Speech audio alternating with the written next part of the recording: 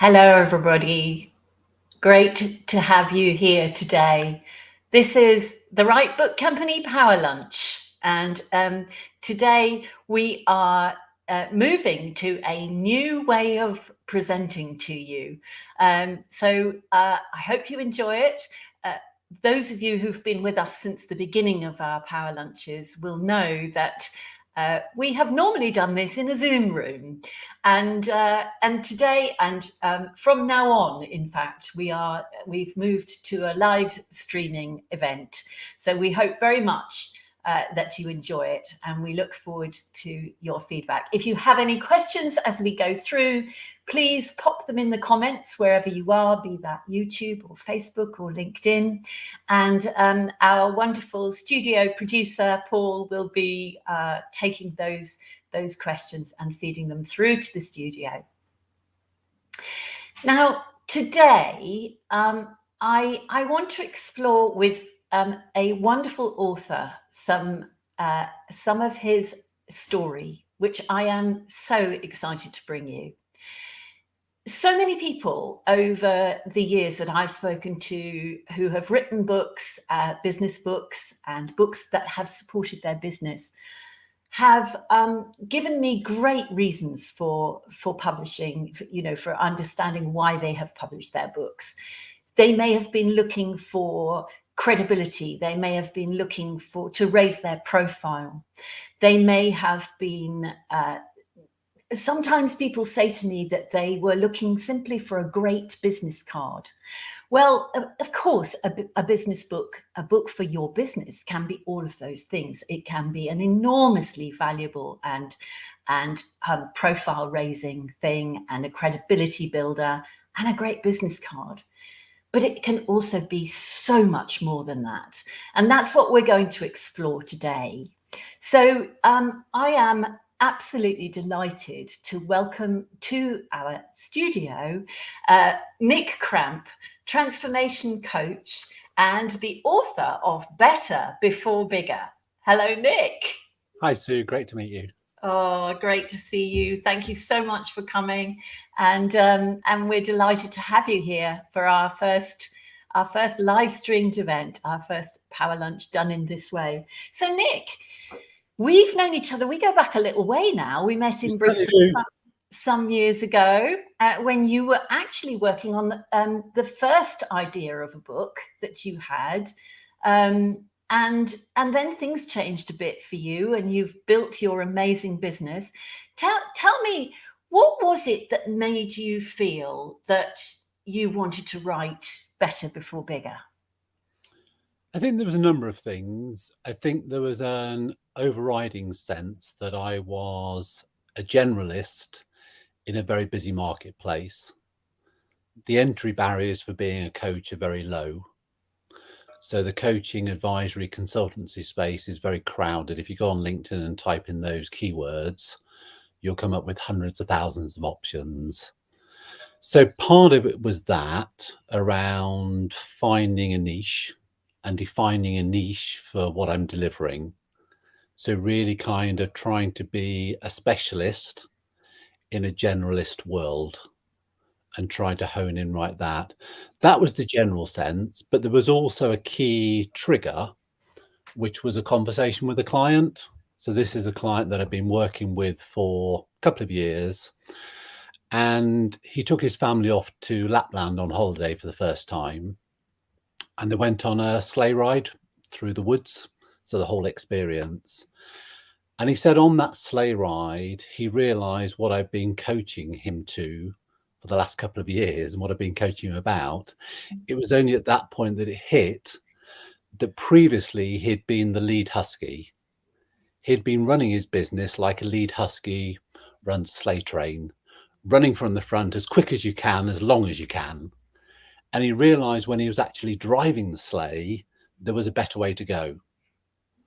And that story, when he relayed that story to me, realized there must be thousands of business owners out there that are running their business the hardest way possible. And if I've got a methodology which can help them achieve a better business, why wouldn't I want to share that with as many people as possible? So a book then felt the best way of doing that for a number of reasons. Yeah, absolutely. And I mean, better before bigger. Obviously, I mean, it's such a great title. I love the title of this book, Nick. But it's also that it is your brand. It's what you're all about. It really sums up that niche piece, that specific work. Tell us a little bit about the work that you do with businesses, So, like the guy that you just yeah. spoke to us about. So my niche is what I classify as adolescent stage businesses. These are successful businesses that have built their business over a number of years, generate profit, but at the center of the business is an overwhelmed founder. They've built a business around themselves, and inadvertently, they've built a business that they work for rather than works for them. Mhm. And that was my experience as a business owner as well. I had 15 years as a very average business owner who never got past adolescence. I was an employee of the business I created in all but name. So my whole philosophy is around, at a certain stage in the business life cycle, the business structure needs to change to one which works for the business owner rather than one they work within. So this working on the business rather than working in the business. And the better before bigger analogy is one of those. The idea is a statement which is counterintuitive to most people growing a business. Most people think, I need to be bigger, I need to be bigger, I need more clients, I need more turnover. And that's true to a point, but at a certain stage, I think you need to flip that, and you need a period where you focus on getting better people, better processes, and therefore better profits, rather than just bigger, because bigger for bigger's sake is kind of pointless as far as I see it. It's so interesting, that, isn't it? And I know you talk about this in your book, and that whole thing of, you know, we've successfully started up our business. Yeah. Now we want to go to scale up because we just assume that's what we need to do, and that it's just a step from startup to scale up.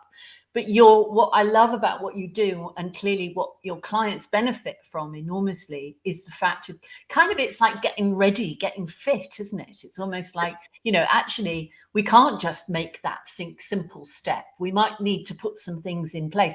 Otherwise, we end up, as you suggest, sort of at the mercy of the business ourselves as business owners and leaders. Yeah, it's being very intentional at a certain stage. You do need better.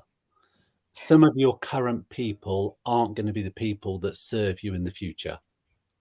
Yeah. Some of your current clients and customers aren't the ones that really you need to be working with in the future. And it's a really hard concept to get your head around, to let clients go or let customers go or long-term staff. But it's that future proof is really important. As the leader, that's what I'm trying to encourage. The management are looking at this week, this month. The leader needs to be looking at next quarter, next year, and working on what they need right now to bring in play so they can have a successful 2024. Yeah. Yeah, absolutely. And I guess what you're describing there there's a lot of kind of tough love in there, isn't there? That you must be bringing in as a coach, as someone who's helping people to make that transition. There are a lot of tough decisions around that have to be made, which must be helped a lot by having somebody like you in their business. Yeah, I think there's a growing realization inside of the owner that certain things need to change. Yeah. And they just need someone to help them with that change and almost give them permission to make that decision. Yes. So it's just being in their corner and working with them on how can we do this in the best way possible. They know they need to do it, but it's just giving them the confidence, the tools, the structure to do that. Yeah, brilliant. So Nick, you made this decision to create this book that really would kind of help you position yourself in this amazing, very special work that you do. Tell me a bit about what happened once you'd got there. Let's go to the end. Maybe we'll come back and find out a little bit later on about what it was like for you actually doing it. But But what has happened since you've published your book? Because I think you've got a pretty amazing story about your own business and what's happened since. Tell us that. Yeah, I think that what happened initially was very little, and that's a bit of a shock because you're taught by you and others not to expect hundreds of sales on day one, but the ego takes over, and obviously you're thinking that you're just going to ship all these books out the door and your whole day is going to be spent signing books and handing them over like a book signing. That's not the reality for me anyway. So what happened initially was not a great deal. A trickle of books, really nice book launch. But then what happened after 6 months is I started to upgrade the clients I was working with and got better and bigger clients. So I was attracting conversations at the next level to what I'd previously attracted them. And that was really interesting how I seemed to have doors open that weren't previously opened. And the clients that were coming to me were coming pre-warmed up. They'd consumed some of my content, they'd read some of my ideas and stuff like that. So when we're in conversations, they were partly further down the way of working with me already. So it was really interesting how that occurred over a period. It wasn't immediate. So I suppose it's like SEO work on a website, where over time it improves things. It's not like PPC, which gives you an instant hit. It's something far more beneficial because it's then a repeat thing, organically growing your business. Mm. It's a sort of ongoing asset, really, isn't it? It's quite. I mean, one of the things I love about your story as well is that there was a kind of moment when you realized, I know you kind of said this to me before, and you've just hinted at it again, that somehow just by having a book you expected all this just to sort of happen. But what you did was so clever, because I mean, tell us how you got the book to that place. So I completely get it that the book, having landed with people, actually made a massive difference because they got you in a way that perhaps they hadn't quite got you before. Yeah. How did that happen? How did you get those books to the people that you needed to get them to?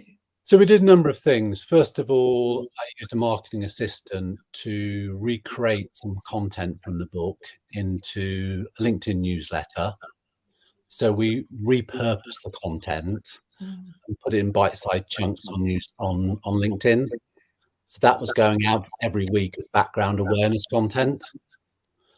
I also created a number of videos, started a YouTube channel with video content from the book.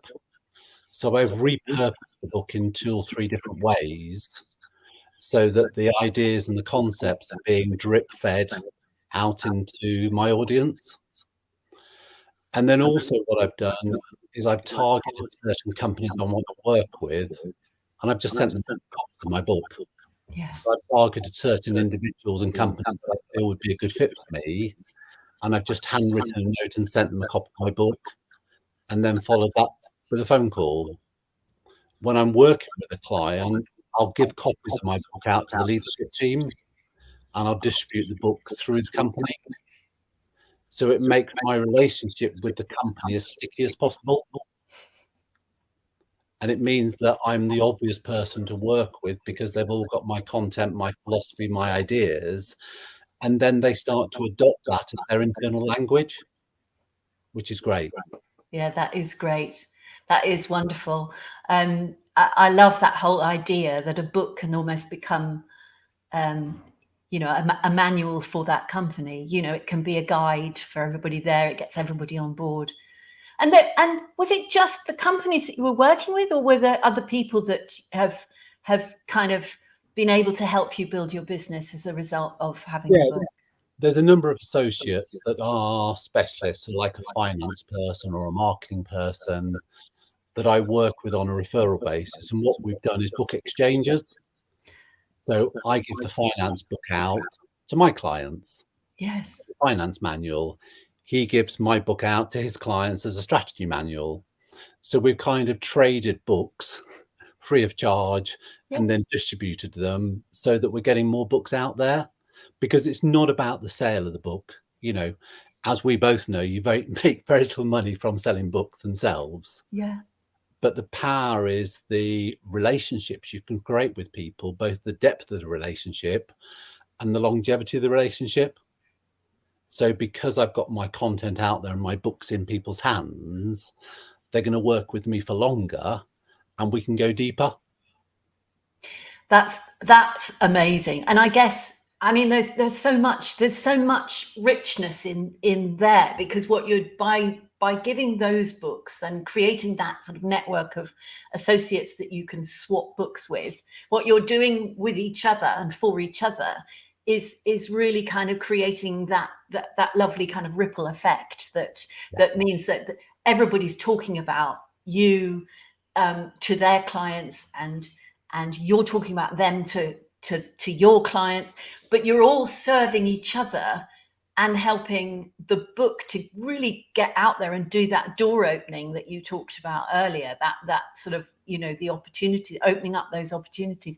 So how is your business now? I mean, what's happened, and what's the result of all this? And my business is a lot nearer its potential. I work with 12 clients. I'm on retainer with all of the 12 clients. So it's an ongoing relationship rather than transactional, which is great. So I get to do ongoing work with them. We're working through the book content. We're not working through it page by page. We're working through it as and when we need to. And it's that manual in the background. Wonderful.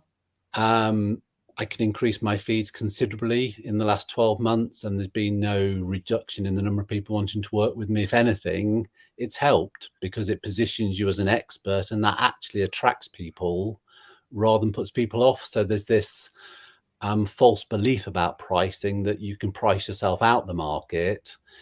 In a way, you can price yourself into the next market. So you actually go up a bracket in terms of people that work with you when you charge a certain amount, which was new to me as well. So it's really interesting from that perspective. So I have a very nice business now. I work generally 3 days a week with clients, and I use the other time for personal hobbies and for doing my social and for doing my marketing and stuff like that. So yeah, the book has helped me get my business into a very nice position where I can choose who I work with and the amount of work I do, because I've got increased authority, I've got increased credibility, and I've got a manual. Yeah. That's what people want, particularly my client. They want to know there's a plan. They want to know that there's something in writing, and this is it. Absolutely. Well, it's that massive credibility builder and booster, but also it's so full of that practical stuff that they need. They don't always have to be calling you in. They can look in here to get the answers, and in between. But what I love as well about what you're saying here is that sometimes I think we might be thinking that our book might be helping us to get more clients. Yeah. What I love about your story is the fact that you've helped your existing clients to give you more business, to pay you more, to so you've built your business. Yes, you've got some new clients, as you say. You've found some bigger and better clients, absolutely. But also you've kind of helped the clients you already had to use you better. I love that. Yeah, I think we've mutually grown via working together, which is great. I mean, you have a better but bigger business. Yes. You are your own greatest case study in so many ways, which is what I love about this. So Nick, perhaps you could share for those watching who are at the stage of thinking about whether a book might be a good idea. Maybe they've actually had an idea for a book, or they've been thinking that they would like to do a book for some time. Tell us a little bit, and I don't think we need to be too frightened to have it, warts and all. We know that you kind of had a slightly false start a few years ago, but then so just talk to us a little bit about what the process was like for you. I think the process is very much it's a kind of, it's not a turning point in your career, but it's a kind of a decision point. Do you want to be known for a subject and work in future around a smaller palette, but that's deeper? So rather than trying to be too many things to too many people, what do you want to be famous for? What do you want to be known as? And once you've done that, I mean, obviously there was a lot of time. I took about 3 years off and on of narrowing the content down to say, right, well, what warrants its place in here? What do I actually believe is true for everybody in my niche? You know, I think that's quite a long process for me. It was anyway, but once it's done, it's so fabulous because you've just got this limited palette of people you work with and subjects you cover with them. And you can just get better at those subjects. You can just go deeper. So it's like a university lecturer rather than a primary school teacher. A primary school teacher's got to know a little about a lot. A university lecturer's got to know a lot about a little. And I think that's the big difference. And it's just so freeing to have a subject matter defined, to have your philosophy defined.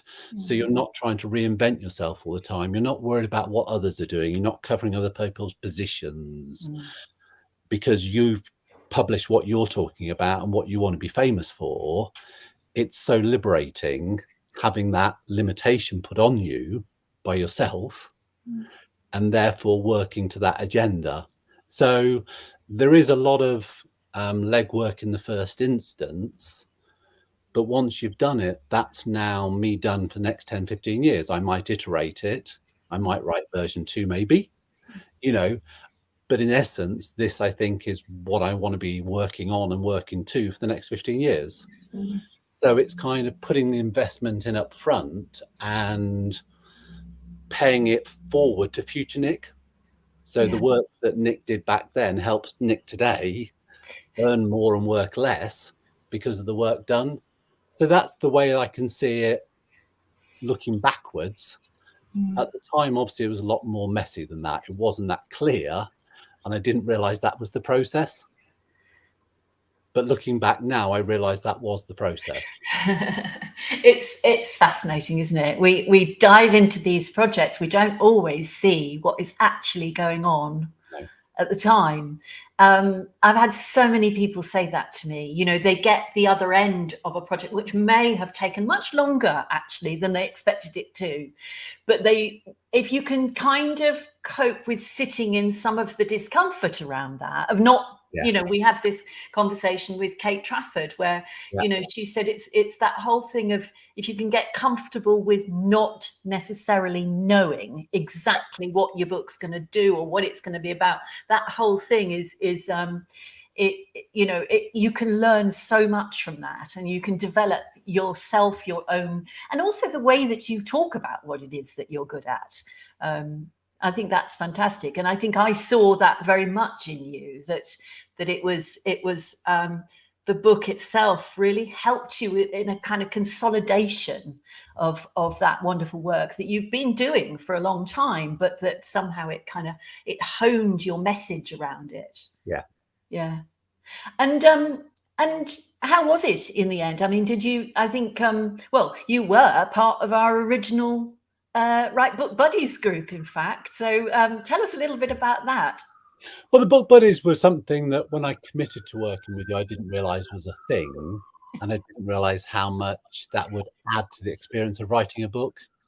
I think we always, or I envisaged writing a book being a solitary activity that I had to take myself to some mountain shack for 6 months and live on bread and water and write with pen and paper, and emerge in 6 months with this amazing manual.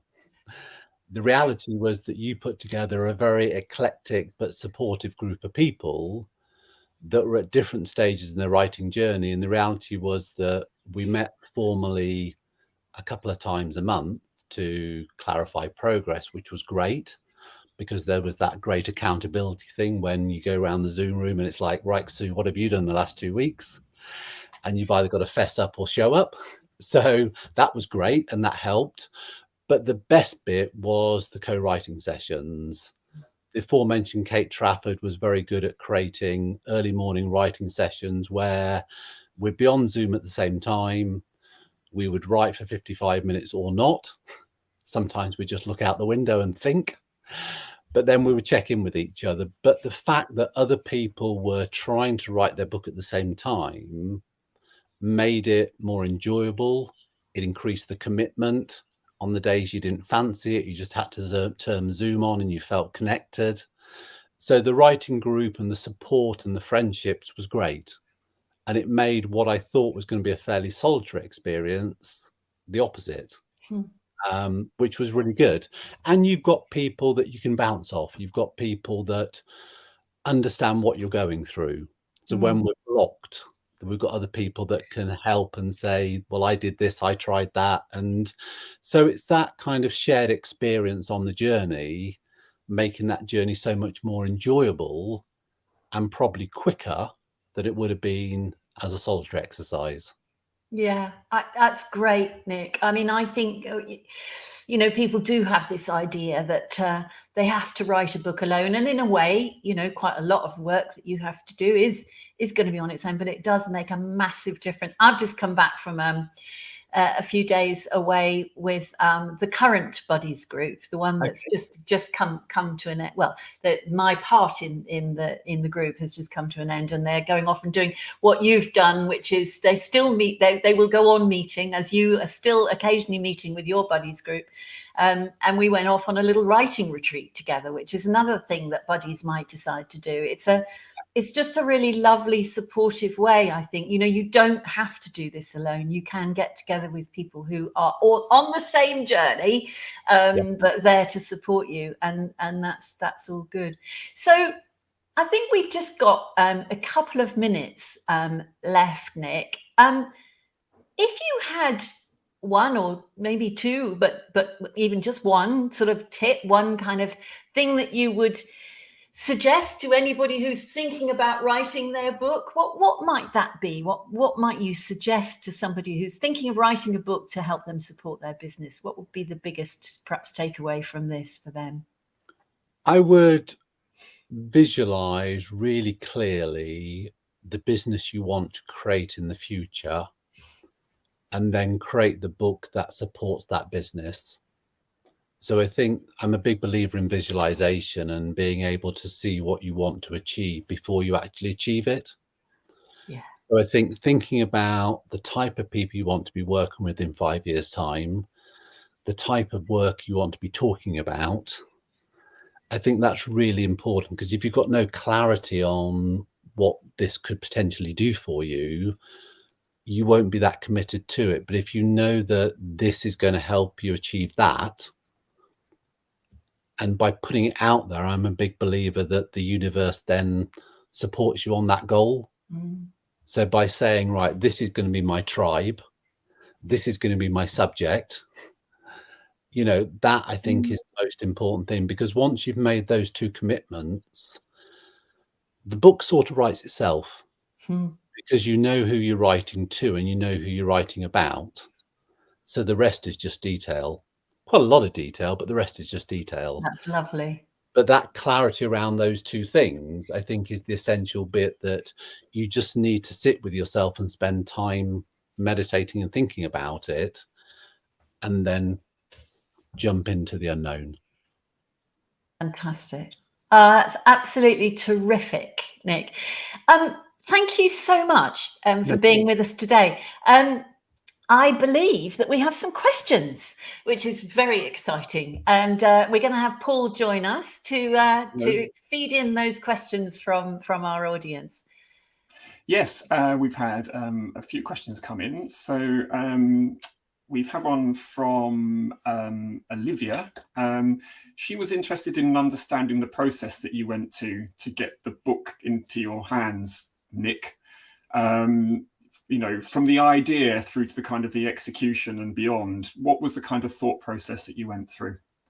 I actually went old school and did an Excel spreadsheet around the chapters and the sub-chapters and charts like that. Now, I know there's lots of software which is probably better than what I used on a spreadsheet now available. But for me, it was an exercise of mapping out on an Excel what the book was going to look like, the structure of the book, and then writing chunks of that as the mood took me. So I kind of coloured in the sections as I went, and then submitted, I don't know, Sue, 3 or 4 drafts to yourself that came back with great big red lines over it, which I had to kind of bung that all into another document. I've got 2 books. I've got the book that published, and I've got the spare stuff. I've got like the outtakes. Yes. There's a whole outtake file as well. So it was that process for me where I got a couple of chapters in, pushed them over to Sue to understand the writing style and my grammar and my speech and all of that stuff, and then went back and wrote more. Brilliant, thanks. Carol has posted a comment just saying that she loves the idea of a buddy group, that she self-published her book 2 years ago. She's done nothing with it since. So perhaps the power of, working together could help. And Julie has just highlighted that she's loving the primary school teacher versus college professor differentiator, the kind of university lecturer comment that you made as well. Another question, Nick, was whether you, because you mentioned stickiness and the stickiness of your brand, and that the book had helped with this. Do you think that the book has done that in a way that other marketing material might not have done in as well? Yeah, because I think there's a permanence to the book, as you see behind me and behind Sue. There's a permanence to that, which means that, these books that I use and know of people, they're reference books all of the time for me. So I use them as reference books in my work, and when I'm stuck on something, I know that there's an authority behind me on the subject. For me, if I dived into YouTube or LinkedIn looking for the answer on that, I'd just be inundated with the amount of options. So for me, I think that the book gives that credibility because it's got longevity. A LinkedIn post, most of the time, most of the audience you've got won't see your LinkedIn post. Even if it was a brilliant post, most people won't see it. So you put all that effort into something which is that much chance of landing at the right target at the right time, whereas the book is a more permanent investment. So I think for me, it makes a lot of sense to make that permanent investment because this is going to be my subject. Yeah. Thank you. Carol has posted to say thank you very much, Nick. She's found this very useful. Another question is, how hard was it for you to get past the idea of making loads of money from book sales and shifting that expectation towards making money through the book in your business? Well, I had to shift that expectation fairly quickly. So that was put upon me. I think that it was never about the book sales making me money. I think the book sales was more about my ego, if I'm honest. So I think that the work I do, I can make a lot more with working with clients in a different way than I'm ever going to make from book sales. So for my business, it was a fairly easy shift to see the book as a good marketing asset, a door opener, a relationship builder, rather than an income stream. Cool. Thank you. Yeah. Well, I think that's probably all the time we've got for questions. If anybody has any more questions, please continue to to feed into our LinkedIn or connect with Nick, connect with us, however you want to do this. We're all open for longer conversations. So I just want to say, really, what a great story you have to tell, and thank you so much, Nick. We are dead proud of your book. We're really happy to be the publishers of it. It's a great manual, and may it continue to help you build better and bigger business for yourself. So thank you so much. We're going to move now to our bite-sized buffet of writing and publishing tips. And many thanks again to Nick. So at this point, I'm going to just For those of you who've been at the Power Lunch before, you will know that normally the buffet is served up by both Paul and Bev. But as you can see, Paul is in our studio today, and he's pushing a lot of buttons, and he managed those questions brilliantly, Paul. Thank you very much for that. But we've decided to give him the day off in terms of the tips. And Bev and I are just going to have a chat. He has given me some tips, which are brilliant. So we'll probably talk through them, but Bev and I are going to chat through, and this is your bite-sized buffet. Hello, Bev. Hello, Sue. Lovely to be here. It's lovely to have you, Bev. And maybe next time there'll be three of us, but for now, he's pushing the buttons. Let's leave him we'll leave him in the back room, in the green room, as they call it. Absolutely. Just focusing on that side of things. So here we are. Wasn't Nick great? Yeah, I've written loads of notes. So thank you, Nick. That was brilliant. It was. A really clear and concise way of expressing some really key truths about publishing. Love that. Didn't it just? It was absolutely superb. So we're going to dive in, and I mean, actually, Nick came up with so many fascinating, kind of elements in that. I mean, we could just sort of dig in a little bit into that. Yeah. I'm going to ask you a couple of questions, because I think you could probably sort of help us and just remind us a little bit, perhaps by kind of looking a little bit at what not what Nick was saying there, but in your experience working with people who are telling their story, who are creating a message, a book, a brand around what it is that they do, what do you think is special about creating a book specifically? Well, I just think that I don't think there's anything like it for just helping you get really crystal clear about not just the work you do, the ideas you have, but actually what people can hire you for. I think it was so brilliant what Nick said. I was a generalist in a crowded space, and I wanted to be a specialist in a generalist world. And I think so many of the people that we work with and who are interested in writing books, they have a good job. They have a good job description. They might be a coach like Nick, or a consultant, or a therapist, or a nutritionist, which is fantastic. And they might have done X or Y training or program or certification, but that's still not enough to tell their potential clients what exactly they can do for them. And I think what Nick has described so eloquently is that, he came up with his plan, with his manual. So everyone knows what Nick can do for them. And I think that's absolutely brilliant. And I think that's part of what we do at the Right Book Company, is we help writers get really clear about, well, what is that? What are people going to get from working with you?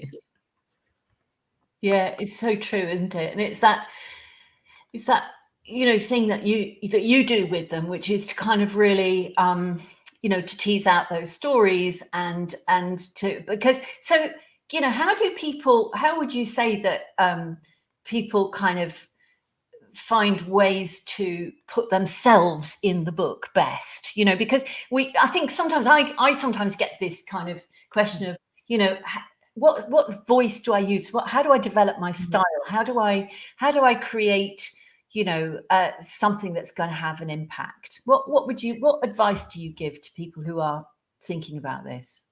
I think the advice that I usually give is that you certainly don't put everything you know in it.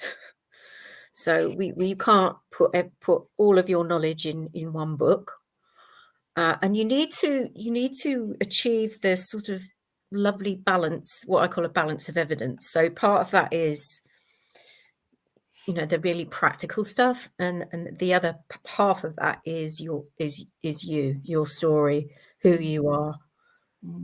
Because you might have the most brilliant process, great, but people still want to know why they should use your process. So that means yes, you do have to tell a bit of your story. I mean, I'm working with an author at the moment that I really had to kind of quite gently tease out on that score. It's like, it's okay to put more of you in this. You know, we need to know you. We want to know, why else would we pick this book up unless we actually could see who you were through what you're writing. So yes, you don't have to reveal all about who you are, but just, you know, the key pieces of information about you, about your story, about your experiences that have led you to where you are now and why you're writing this book.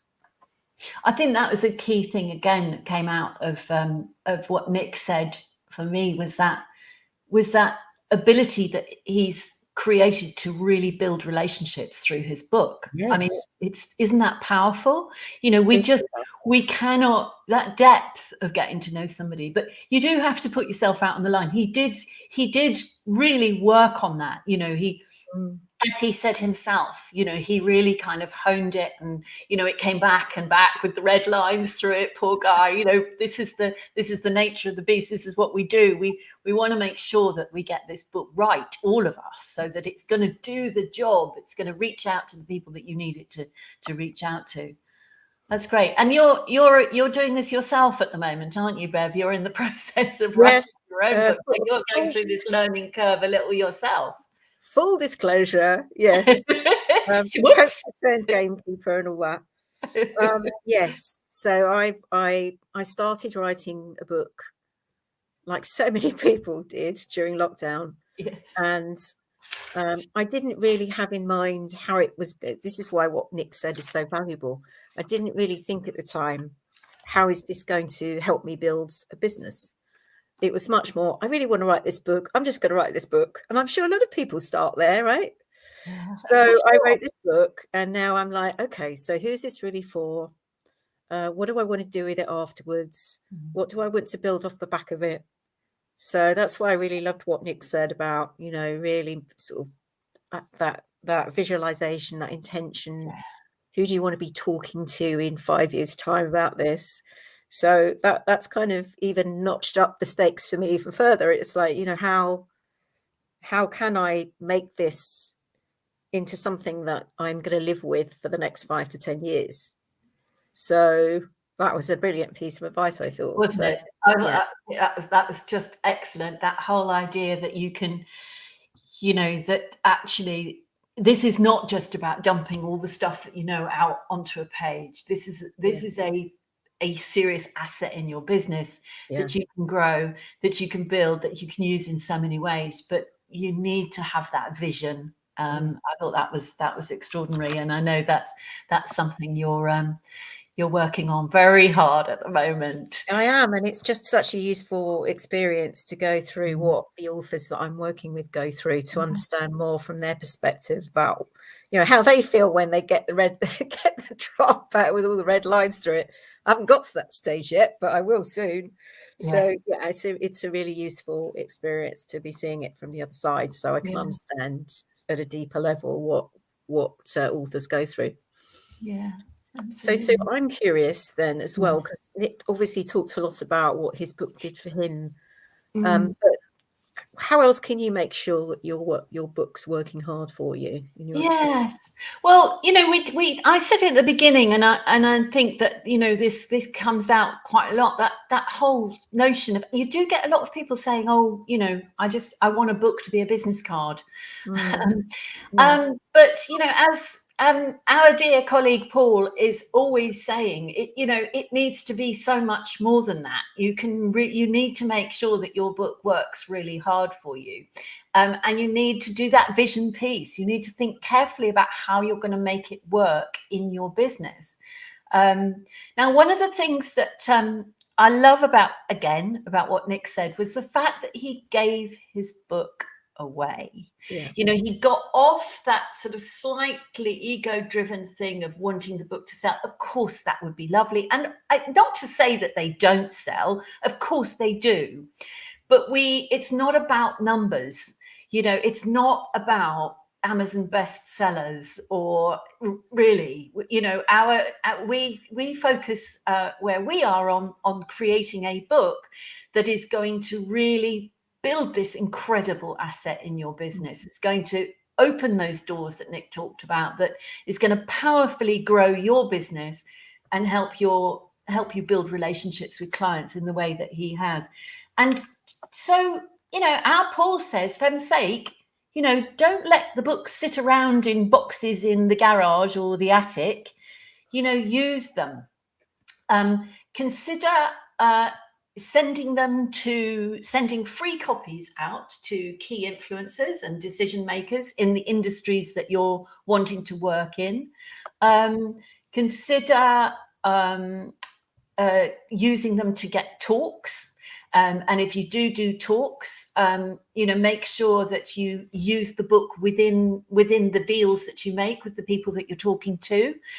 So you can sell you know, offer them, I don't know, 50 free books or something. They might need more. They might buy the rest. But get the books out there working for you. Use the book. Consider how you might use it in your lead generation process, perhaps. You know, could it be a lead magnet for your business in some way? I also, another thing, just to kind of hark back to Nick again, was I loved what he said about how he'd repurposed some of the content in the book into YouTube videos and, you know, and LinkedIn posts, all of that stuff. You can really kind of maximize on the book once you've got it. So what else did Paul really sort of want us to impress upon our audience today? Yeah, it's that whole thing of, you know, the impression that a book can give to people about you. Maximize your use of it. You know, people will think more of you simply because you're a published author.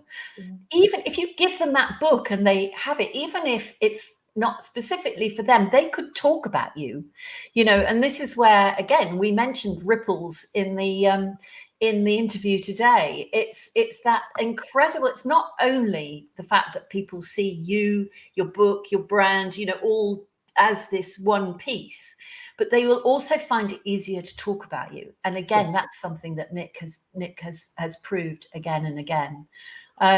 So, you know, again, coming back to what he said before, which is make sure that you're giving it away. I love this. I'm gonna finish the Paul tips by saying exactly what he said to me, because his words were great. Be generous with your book. Use it proactively and purposefully, and stop worrying about big book sales. Start thinking about big business opportunities. Yeah. After all, it's better to make £10. No, is it better? Sorry, Paul, I went and messed that up. Is it better to make £10 by selling 2 books, or land a £10,000 deal by giving 1 book away? Ooh. You see, this is why I get really confused when people say, oh, you know, having a book, publishing books like having a business card. Business cards can't do any of that. No, they can't, can they? It's very, very true. It's very true. So, you know, also another thing is again, that whole thing that a book is so good at, which is really establishing that niche. And I know you had a quick wanted to say a quick word about one of the books that we've published, which should be right behind me. Yeah, I think this is such an interesting story. So this is a book that wasn't written by like a subject matter expert necessarily, but it was a co-authored book called The Startup Lexicon. So the 2 authors, one had a background in marketing, the other is an early stage investor. And basically they got together, had a chat in a pub, and said, look, we're clearly both quite confused about the language used in the startup world. Why don't we put together a lexicon, a dictionary of these terms? It was a really simple idea. It was a problem that they had themselves, but they knew a lot of other people had the same problem. So it was very clear the problem they were going to solve with this book. And now this book has kind of rippled right across the world. It's established them as experts in this field of the languaging of startup, and they've just been shortlisted for a business book award. Yeah, it's because they were so clear about the problem they were solving. Yeah. And this all came from a chat in a pub, and yet, but by the same token, it's then reflected back on them and enhanced their reputations in their own industries. Yeah, it's very, very true. Absolutely brilliant. Bev, I've enjoyed doing the buffet. That's fun. I don't normally get to do the buffet, so this has been a treat for me. Paul might not get his job back if he's not. So I think, from what I can gather, there are questions. Are we going to get our question master? Yeah. Oh, and Nick. Hello. Yay. Yes, let's put Nick back as well. Great. Okay, so let's have a quick look at the questions that we've got here. Bear with me just a second. Sue, this might be one for you, actually. Right. Marina has asked, hang on, bear with me just a sec, sorry. Marina has asked, how many chapters, how many words, and how many pages makes a good-sized book? Oh, goodness me. Well, it's all about whether it's the right book, isn't it? It's about making sure that you do the right thing. I mean, it could be, that's not a kind of easy question to answer. It's what's right. Think about what you want to achieve from writing your book, from having a published book. Think about your vision that Nick talked about, where you want to be in your business. Think about the audience for your book, and think about how with those two things in mind, decide, should the book be long or short? You know, the authority guides behind me, they're kind of 20,000 words. Nick, yours is 70,000? Something like that, yeah. Something like that. So, you know, but it's a chunky piece of work that Nick really, you know, although it was longer than that at one stage, it was a lot longer than that at one stage. But again, that honing, that he brought it down to be perfect for his audience. So the answer to that question is, it depends. But think about answering that, why you want a book in the first place, what you want to achieve with it, and who it's for. And then you can come up with the perfect size. Great, thank you. Nick, and possibly Sue, you might want to address this as well, but this is for Nick. How did the relationship with your publisher work? And why did you go with a publisher rather than self-publish your book? Thank you, by the way, for the question.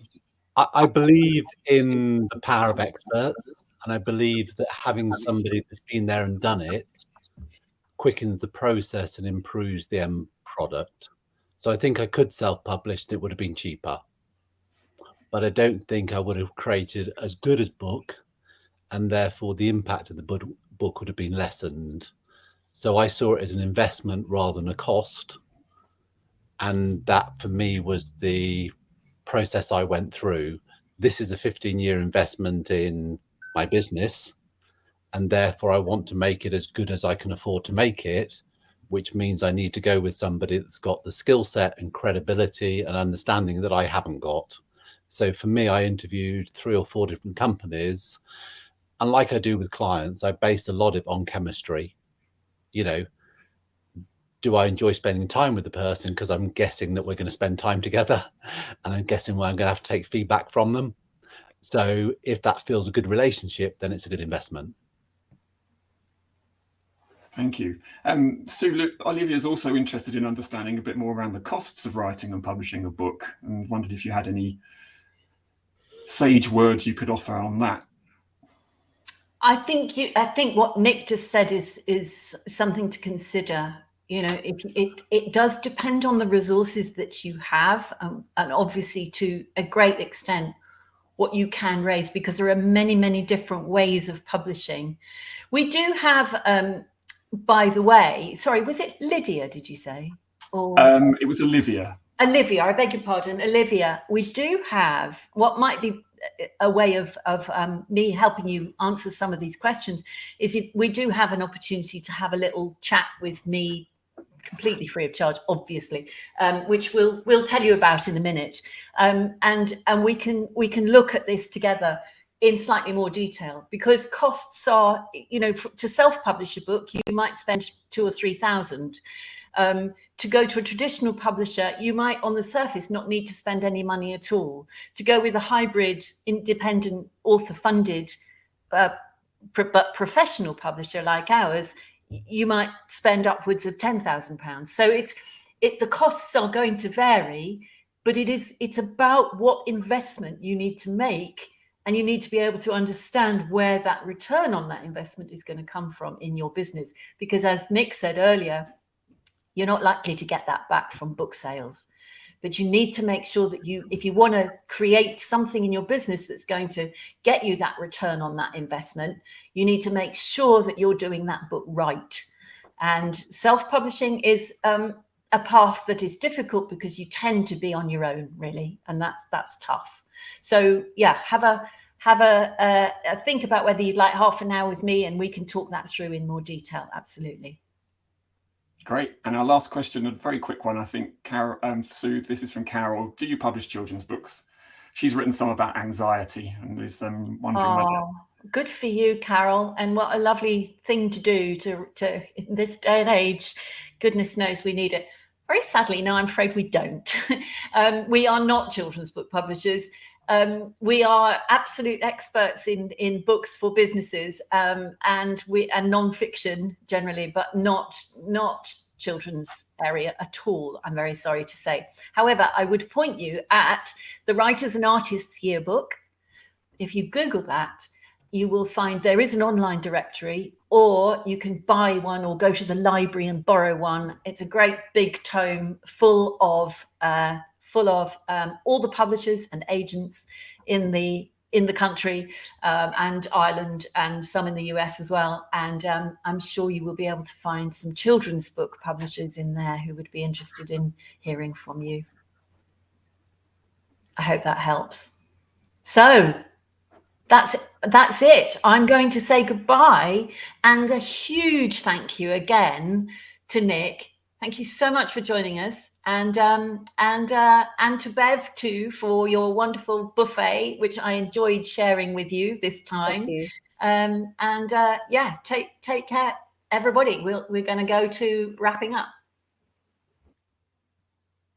So, just a final few mentions. So please, if you're interested in knowing more in about Nick's work and in finding out about his fabulous book, you can get it from our website, which is writebookpress.com, or any of your favorite book retailers will be able to either deliver it to you, or if you go into a bookshop, you can order it. Absolutely. So there's that.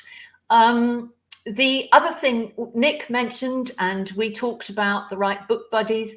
We run these groups once a year, generally speaking, but we have a new group starting any minute now. I think it's about 2 weeks from now. April the 12th is the next group is starting. It's pretty full already, but we do have a couple of spaces. So if the Buddies is something that appeals to you, it's a chance to work with a supportive group of other people doing the same as you, i.e. getting their book for their business written. Under my guidance, I will be there with you, holding your hand, holding the space, and keeping you accountable as you go on your book writing journey. So again, please, when we on LinkedIn, we'll put it on the comments. On Facebook, we can put it in the comments. You'll have a link through to register interest in that. And the other thing I mentioned was that I'd be delighted to talk to anybody who is thinking about writing a book. You don't have to be at all advanced in your ideas. You just want to have a chat. I love a chat over a virtual coffee if it's got something to do with a book idea or a potential book idea, or maybe you're a bit further down the line and you're thinking about looking for a publisher. I would be delighted to help. So that's a half-hour discovery call, completely free of charge. Again, you can find that on our website, and we'll pop a link in the comments for you. And finally, the next Right Book Company Power Lunch is on Thursday, the 18th of May.